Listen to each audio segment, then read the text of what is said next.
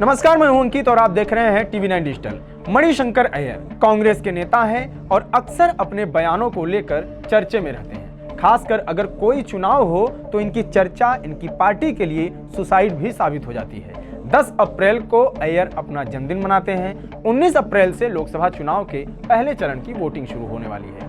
उससे पहले मणिशंकर अय्यर और उनके दिए बयानों की चर्चा तेजी से शुरू हो गई है। साल 2017 में मणिशंकर अय्यर ने पीएम मोदी पर एक आपत्तिजनक टिप्पणी की थी। 2019 का परिणाम सबके सामने है। कांग्रेस पार्टी से उनको निकाला भी गया था, हालांकि उनकी फिर वापसी भी हो गई।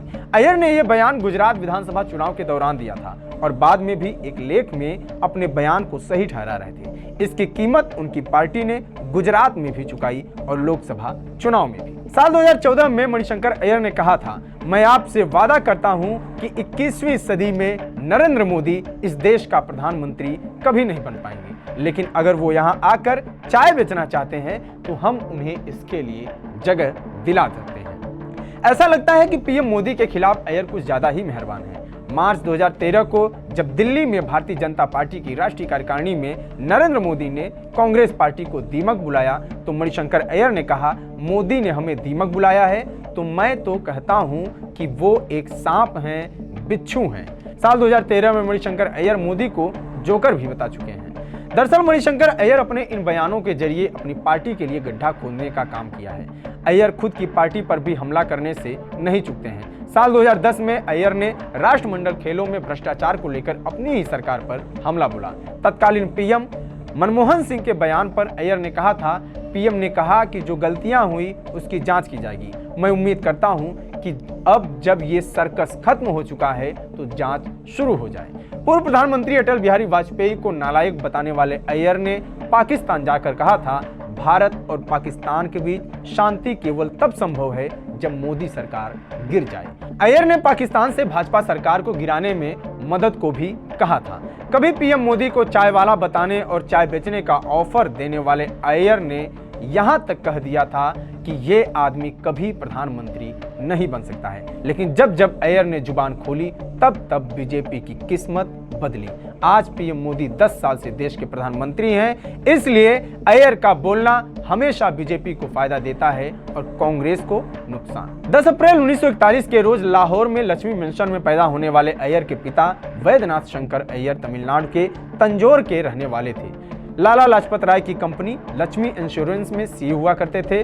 तमिलनाडु से ये लोग लाहौर आ गए थे रहने। फिर 1947 के विभाजन के बाद अय्यर का परिवार भारत आ गया। 1953 में विमान हादसे में अय्यर के पिता की मौत हो गई। आपने अक्सर दून स्कूल का नाम सुना होगा। जी हाँ, देश के रईस जादों का स्कूल, जहां नेताओं, बिजनेसमैन और अधिकारियों के बच्चे पढ़ते हैं।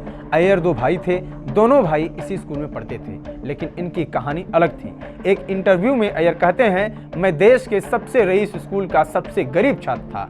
इस बात ने मेरे दिमाग पर गहरा असर डाला। शायद यही वजह थी कि मैं धीरे धीरे कम्युनिस्ट होता चला गया।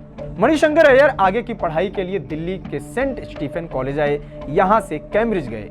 कहते हैं मणिशंकर अय्यर का मुकद्दर दून स्कूल में ही बदलना शुरू हो गया था। राजीव गांधी अय्यर के जूनियर थे।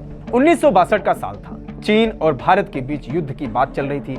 मणिशंकर अय्यर यूपीएससी का एग्जाम दे रहे थे लंदन में। रिजल्ट आया, अय्यर मेरिट लिस्ट में 7वें नंबर पर थे, लेकिन कुछ दिनों बाद यूपीएससी की तरफ से खत आया कि आपका चयन किन्हीं कारणों से निरस्त किया जाता है। अय्यर नेहरू के पास पहुंचे। नेहरू ने यूपीएससी को एक चिट्ठी लिखी, मैंने मणिशंकर के बारे में अच्छी रिपोर्ट सुनी है, उन्हें सेवा में लिया जाना चाहिए। और इस तरह मणिशंकर अय्यर भारतीय विदेश सेवा में बहाल हुए।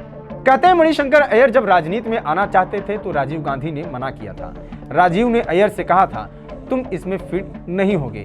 आज राजनीति में कई दशक बीत चुका है। मणिशंकर अय्यर भी इस बात को दोहराते हैं कि इतने सालों में न तो मैं राजनीति को पूरी तरह से अपना पाया और न ही राजनीति ने मुझे पूरी तरह से रिजेक्ट किया। इन सब के इतर अय्यर की पहचान सियासत में बातों और विवादों वाले नेता की हो चुकी है, जो कभी भी किसी के खिलाफ कुछ भी बोल सकते हैं। ये वीडियो आपको कैसा लगा कमेंट बॉक्स में बताएं। जुड़े रहिए टीवी9 डिजिटल के साथ। नमस्कार।